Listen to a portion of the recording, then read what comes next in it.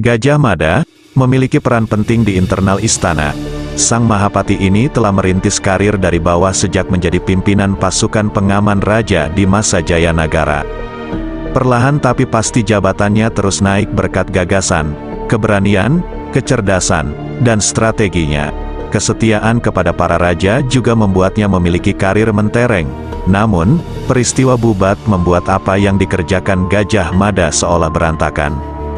Peristiwa ini diawali karena cintanya Hayam Wuruk dengan putri Raja Sunda Dyah Pitaloka Citra resmi menggoda Gajah Mada. Pasalnya kala itu dari seluruh wilayah Nusantara hanya Sunda yang belum tunduk ke Majapahit. Ia ingin pernikahan dengan Hayam Wuruk sebagai bagian tunduknya Sunda ke Majapahit secara politik. Tentu hal ini menjadi perbedaan pendapat dengan Hayam Wuruk hingga terjadi peperangan yang menewaskan nyaris seluruh rombongan kerajaan Sunda yang tiba di Majapahit. Gajah Mada dianggap menjadi dalang gagalnya pernikahan Hayam Wuruk yang masih menjomblo hingga usia 23 tahun ketika jadi raja. Alhasil pejabat penting istana memerintahkan pasukan untuk mencari keberadaan Gajah Mada yang diminta pertanggungjawabannya. Disinilah lagi-lagi sosok Gajah Mada digambarkan sejarawan Prof. Slamet Muljana pada bukunya, Pemugaran Persada Sejarah Leluhur Majapahit, memiliki kesaktian yang luar biasa. Kesaktian itu bahkan tak dimiliki oleh Hayam Wuruk ataupun ibunya yang pernah bertahta jadi raja. Konon ketika pasukan Majapahit diperintahkan untuk mengepung rumah Gajah Mada, untuk mencarinya misi tersebut gagal, tentara bersenjata lengkap bergerak menuju rumah Patih Gajah Mada, titir dibunyikan, bala tentara Majapahit bersorak-sorak. Tidak ada seorang pun di antara sanak kadang sang Patih yang berani keluar. Ken Bebet istri Gajah Mada, gemetar mendengar sorak bala tentara yang datang mengepung kepatihan dan minta supaya sang Patih menyerah saja. Pagar pekarangan dirusak hingga membuat batasnya terhapus. Bala tentara berdesak-desak masuk halaman. Mahapatih Gajah Mada yang telah bersiap menggunakan cawat celana geringsing, berselubung kain putih, bersabuk atmaraksi, berdiri di tengah halaman, bersemedi. Seketika itu juga sang Patih dengan jiwa raganya moksa ke Wisnuloka. Seisi rumah kepatihan dengan serta-merta mencucurkan air mata menyaksikan kejadian itu. Di sisi lain, tentara Majapahit akhirnya merangsak masuk ke rumah, bertemu dengan Ken Bebet istri Gajah Mada yang memegang keris terhunus. Mereka mencari tempat sembunyi Gajah Mada, tetapi sia-sia. Akhirnya isi rumah dijarah rayah, harta benda dirampas. Sementara itu terdengar laporan bahwa Gajah Mada telah lolos. Semua orang dikerahkan untuk mencarinya, menelusuri desa-desa mencari keberadaan sang Gajah Mada yang dengan kesaktiannya moksa. Sang istri Ken Bebet mengikuti langkah suaminya meninggalkan rumah, mengembara mencari tempat bersembunyi jauh dari ibu kota Majapahit.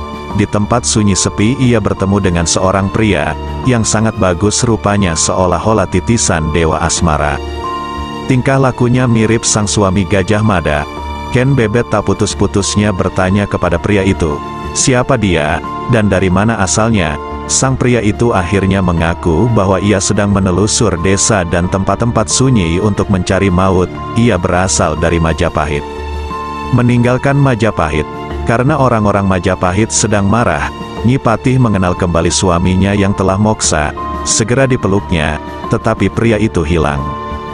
Ken Bebet pun segera berdandan, berlangir, bersisir, berkampu lungsir putih, berselubung kain putih, siap untuk berbela.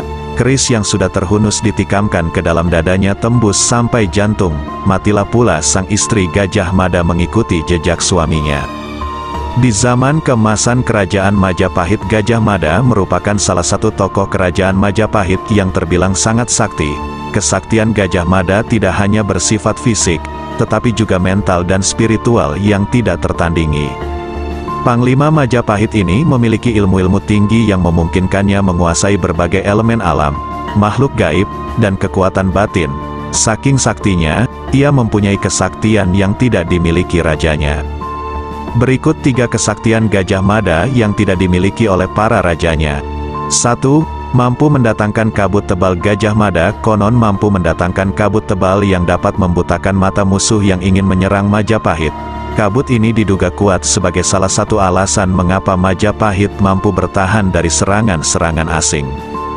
Kabut ini juga menjadi legenda di Trowulan, yang diyakini sebagai pusat kerajaan Majapahit.